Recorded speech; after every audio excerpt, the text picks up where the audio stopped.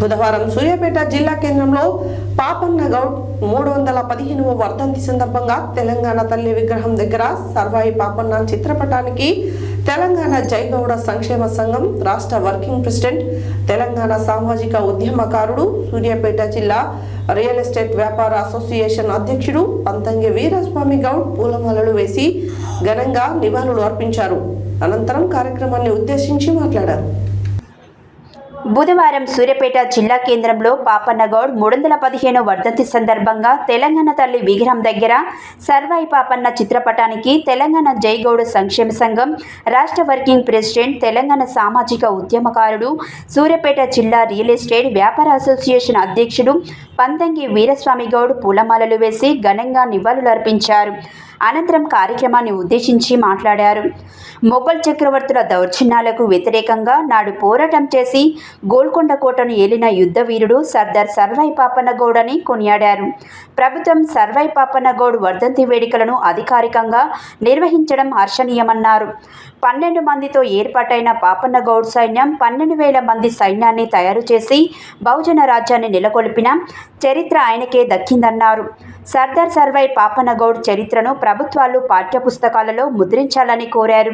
తెలంగాణ ప్రాంతంలోని అన్ని జిల్లా కేంద్రాలలో పాపన్న గౌడ్ విగ్రహాలను నెలకొల్పడంతో పాటు సర్దార్ సర్వాయి పాపన్న గౌడ్ పుట్టిన జనగామ జిల్లాకు సర్దార్ సర్వాయి పాపన్న జిల్లాగా నామకరణ చేయాలని పంతంగి వీరస్వామి గౌడ్ పేర్కొన్నారు.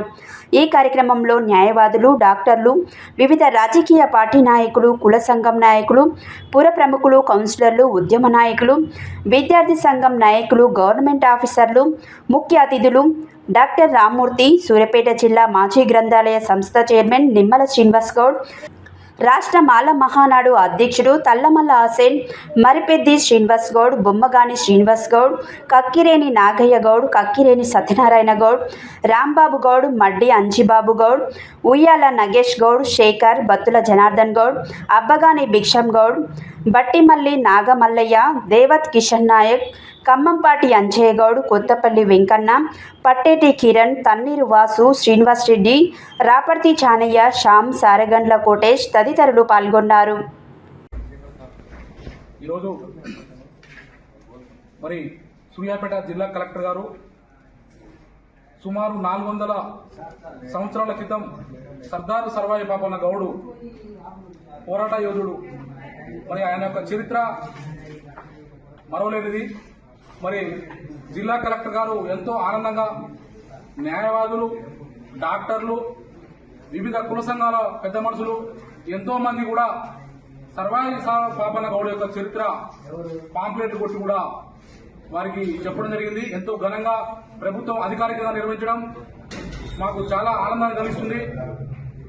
అదే మాదిరిగా సర్దారు సర్వాయి పాపన్న గౌడు మరి జనగామ జిల్లా కిలాషాపూర్ గ్రామంలో జన్మించిండు. మరి ఈ సందర్భంగా జనగామ జిల్లాకు సర్దార్ సర్వాయి పాపన్న గౌడు జిల్లాగా నామకరణం చేయాలని జిల్లా కలెక్టర్ గారి ద్వారా మన రాష్ట్ర ప్రభుత్వానికి నేను గుర్తు చేస్తున్నా. అదేవిధంగా 33 జిల్లాల్లో కూడా మరి వారి సర్దార్ సర్వాయి పాపన్న విగ్రహాలు ప్రభుత్వం ఏర్పాటు చేయలేదు, చాలా వరకు ఏర్పాటు కాలేదు. ఈ సందర్భంగా మరి 33 జిల్లాల్లో కూడా మరి సూర్యాపేట జిల్లాలో కూడా విగ్రహం ఇంతవరకు ఏర్పాటు చేయలేదు. మరి మా మిత్రుడు మరి వినతి పత్రం కూడా ఈరోజు కలెక్టర్ గారు ఇవ్వడం జరిగింది.